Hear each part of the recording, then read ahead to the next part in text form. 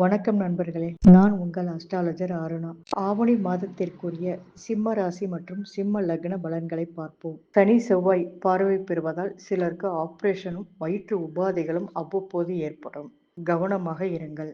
ஆவணி மாதம் சூரியன் மக நட்சத்திரத்தில் பிரவேசிக்கிறார். சூரியனோடு சேர்ந்து கேதுவும் இருக்கிறார். நட்சத்திர பாதங்கள் மட்டும் வித்தியாசப்படுகிறது. இந்த நேரத்தில் லக்னத்திற்கு 2ஆம் இடத்தில் செவ்வாய் நின்று செவ்வாய் 4, 7, 8ஆம் இட பார்வையாக சிம்ம ராசி மற்றும் சிம்ம லக்னத்திற்கு 5ஆம் இடத்தை பார்ப்பதால் குழந்தைகள் மூலம் பல நன்மைகள் ஏற்படும்.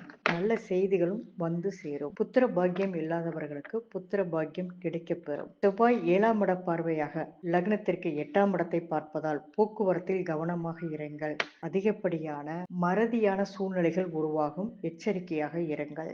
11ஆம் இடத்தில் சூரியன் குரு சேர்க்கை பெற்றிருக்க சிறுதூர பயணங்கள் மூலம் சந்தோஷத்தை கிடைக்கப் பெறுவீர்கள். வருமானம் அதிகரிக்கும். செலவுகள் இருந்தபோதும் சேமிப்பு கைகூடும். பழைய கடன்கள் சுமூகமாக குறையும். சொத்து வாங்குதல் நல்ல வாய்ப்பை கிடைக்கும். நான் இதுவரை குறிப்பிட்டது பொதுவான பலனே. உங்களுடைய தனிப்பட்ட ஜாதக ஆய்விற்கு வாட்ஸ்அப் எண்ணை தொடர்பு கொள்ளுங்கள். நன்றி.